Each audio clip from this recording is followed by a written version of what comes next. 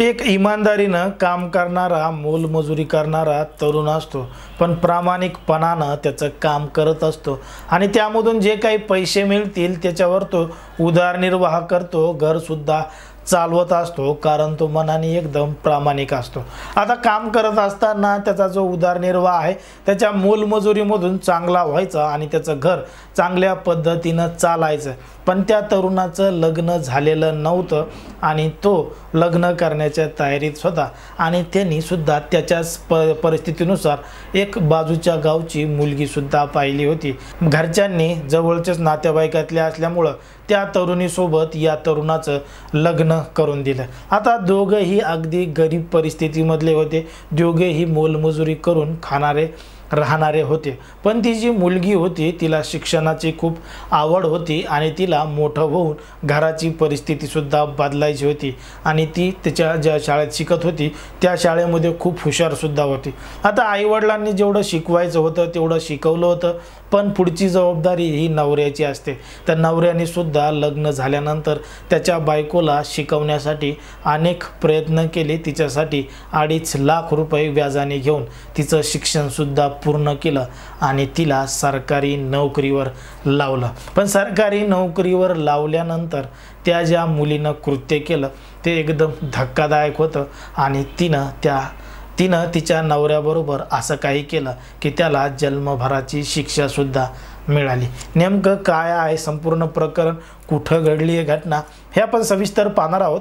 पण जर तुम्ही अजूनही आपलं चॅनल सबस्क्राईब केलं नसेल तर लगेचच सबस्क्राईब करून घ्या आणि बाजूला असणाऱ्या बेल नोटिफिकेशनला सुद्धा ऑन करायला विसरू नका। आता ही जी घटना आहे ती आहे झारखंडचा एक जिल्हा आहे गोड्डा आणि याच जिल्ह्यातील ही गोष्ट आहे।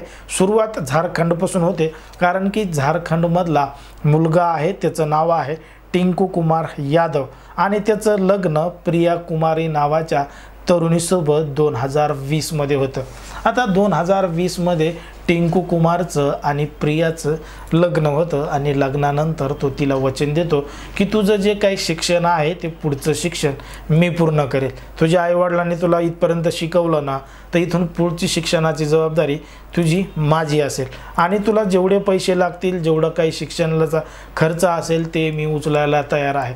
पहिले तरी मी दिवसभर काम करायचो, पण आता मात्र मी दिवस रात्र काम करेल, कारण की तुला जर नोकरी लागली तर आपल्या घराची परिस्थिती बदलेल आणि आपला अगदी सुखाचा संसार सुरू होईल। प्रिया कुमारी सुद्धा खूप आनंदी होती की तिला एवढा चांगला नवरा मिळाला आहे आणि तिच्यासाठी दिवस रात्र मेहनत करून तिला शिकवणार सुद्धा आहे। अशा पद्धतीनं यांचा चांगला सुखी संसार चालू होता। ती जी प्रिया कुमारी आहे ही घरातलं काहीही काम करत नव्हती आणि तिची सासू सासरे हे सुद्धा तिला काही काम करू देत नव्हते। तिला वाटायचं की हिला अभ्यास करू द्या, ही अभ्यास करून मोठी अधिकारी झाली की आपल्या घराची परिस्थिती बदलेल। आता ती हे सगळं शिकत असताना तिचा नंबर लागतो शकुंतला नर्सिंग कॉलेजमध्ये दिल्लीला। शकुंतला नर्सिंग कॉलेजमध्ये तिचा नंबर लागतो आणि नंबर लागल्यानंतर तिला तिथं शिक्षणासाठी तिचा नवरा म्हणजे टिंकू कुमार यादव पाठवतो। आता त्याच्याकडे एवढे पैसे नसतात, पण 2.5 लाख रुपये तो व्याजाने घेऊन त्या ठिकाणी तिचे फीस भरतो आणि तिची राहण्या खाण्याची व्यवस्था त्या हॉस्टेलवरच करतो। तिचा संपूर्ण खर्च टिंकू कुमार यादव करतो आणि ती शिकत असताना तिच्यावर सगळे पैसे खर्च होतात आणि ती नर्स होते आणि तिला एका त्याच हॉस्पिटलमध्ये नर्सची ड्युटीसुद्धा मिळते, नर्सची नोकरीसुद्धा मिळते। आता सरकारी नोकरी तिला मिळालेली होती। आता शिक्षणादरम्यान तिच्यासोबत शिकणाऱ्या एका तरुणासोबत प्रेमसंबंधसुद्धा जुळले होते।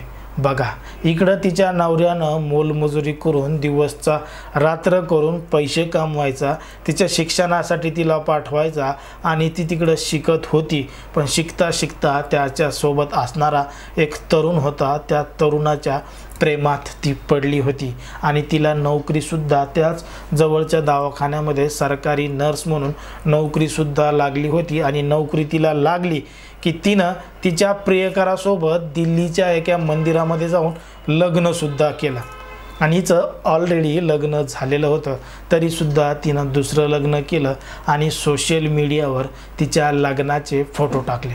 आता तुम्हाला हा फोटोही दिसत असेल। या फोटोमधून ती समजतीये की तिनं दुसरं लग्न केलंय आणि तिचं पहिलं लग्न टिंकू कुमार याच्यासोबत सुद्धा झालेलं होतं। आता तिचे फोटो सोशल मीडियावर पाहून त्या टिंकू कुमार यादवला काय वाटलं असेल।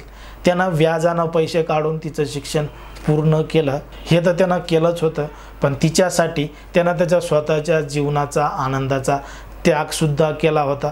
त्याच्या आईवडिलांना तिला कोणतंही कामसुद्धा सांगितलं नव्हतं आणि या तरुणीनं, या प्रिया कुमारीनं फक्त त्या टिंकू कुमारचा वापर करून घेतला आणि स्वतः नोकरी लागली की त्याचा साथ सोडला। एकंदरीत जर आपण पाहिलं तर समाजामध्ये, देशामध्ये, राज्यामध्ये कशा पद्धतीनं घटना घडत आहेत।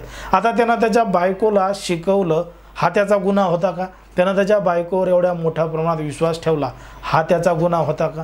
नेमकं प्रिया कुमारीला तो आवडत नव्हता तर तिनं अगोदरच सांगायला पाहिजे होतं, फक्त त्याचा वापर करून घ्यायला नको हवा होता।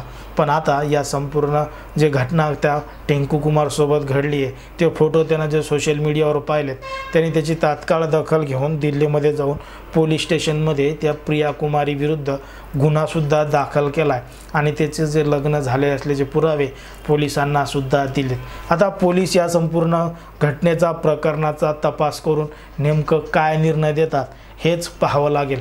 पण एकंदरीत या संपूर्ण घटनेवर, या संपूर्ण प्रकरणावर तुम्हाला काय वाटतं हे अगदी स्पष्टपणे आम्हाला कमेंटमध्ये सांगा आणि अशाच पद्धतीचे नवनवीन व्हिडिओ पाहण्यासाठी आपल्या चॅनलला लगेच सबस्क्राईब करून घ्या। धन्यवाद।